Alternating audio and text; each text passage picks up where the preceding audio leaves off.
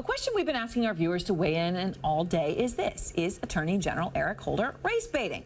Here are the results. 68% of you say yes. 32% say no.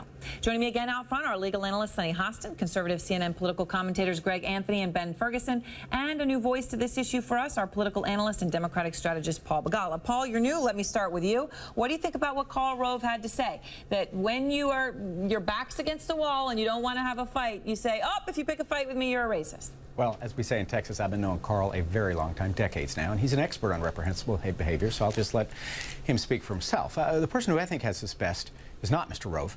It's our president. Here's what he has said about this. He had an interview to the New Yorker back in January, and it was a terrific interview. It was really one of the best interviews President Obama's given. Here's what he said on this topic, though. He said, there's no doubt that there's some folks who just really dislike me because they don't like the idea of a black president. Now, the flip side of it is there are some folks, and maybe some black folks, and maybe some white folks who really like me and give me the benefit of the doubt precisely because I'm a black president. And I think that's right. It's a double-edged sword. There's, in the main, obviously, most of the people who oppose him on issues and principle, and they're very good people. It's also true there's a strain, small but real, of racism in America, and to deny that is to deny reality. And, Sonny, I mean, it's interesting, though, the point that the president made that it goes both ways. You look at the approval rating of the president. Sure. Overall, what is it, 43, 48, somewhere in the 40s. But when you look at it among black Americans, it's 93%. Sure. That's if it's racism the other way, isn't that racism pro? Well, I don't think it's racism, but I think that people certainly, we see it in the business world, that people you know, promote those that look like themselves. They're more comfortable sometimes with those that look like themselves. We see that all across the board. But I do think that his point is a valid one in that racism does exist, okay? It exists, and that is the bottom line. And so to suggest that it doesn't exist and to suggest that our Attorney General is, you know, reprehensible for having commented, I think, in a very measured way and pointed out the reality that it does exist is just, it's naive, it's ridiculous. Yeah, go ahead, Ben, is that you? To suggest that someone that disagrees with your political opinion is disagreeing with you and that they're racist is also just as extreme and unfair to those. I should be able to disagree, and anyone should be able to disagree with this president without having to be labeled, because the going's gotten tough for Eric Holder that somehow I'm a racist. Now, when I criticized Bill Clinton, I wasn't a racist. When I criticize any other Democrat, if I criticize John Kerry, Hillary Clinton, I'm not a racist. But he's throwing down the race card and making people somehow be nervous or anxious that, oh my gosh, you come after me too hard in my policies, I'm going to say that maybe you don't like me because of the color of my skin, and that's why it's not right. So Greg, but isn't there something in between here? I mean, you don't want to hide behind race, but there are people who hide behind policy because they don't like that he's black.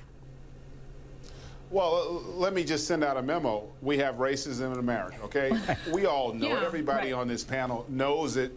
The issue, though, is not that it exists. The question is whether or not it permeates enough throughout society that it doesn't allow the Attorney General or the President to do their job. And I think the comments that Paul Bigot made about what the President said in that article are spot on. There is an element. We all acknowledge there's an element of our society, a fringe element, that is racist, that they don't like certain people because of their ethnicity, their gender, or their race, whatever the case may be. That exists. But what makes America great, and the reason we have an African-American president and also an African-American Attorney General, is that it's not the predominant theory of our country anymore. Well, you're saying because it's fringe. Your emphasis is on the word fringe as opposed to it being a more mass problem on the right political side of the ledger. Well, our Attorney General didn't say that it was a driver. He said it was in part a driver, and that, I think, is accurate, whether or not it be a fringe, whether or not it be part of a fringe. The bottom line is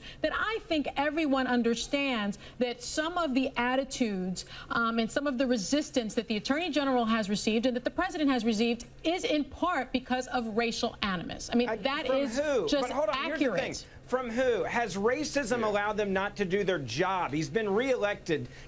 He's been elected once, reelected another time. He's serving the maximum amount of years that a president can serve. And Eric Holder has been in this job with quite a few screw-ups and never had to worry about losing his job over some of the controversy around him. But now you see at the end of the administration, He's now pulling back in this racial issue when the people around him in Congress, in the House, and the Senate, and those that he has had to work with, he has been able to do his job without having to deal with race in this job. Right. And to bring it up, I think, is not playing in the big game at the biggest stage with the United States of America.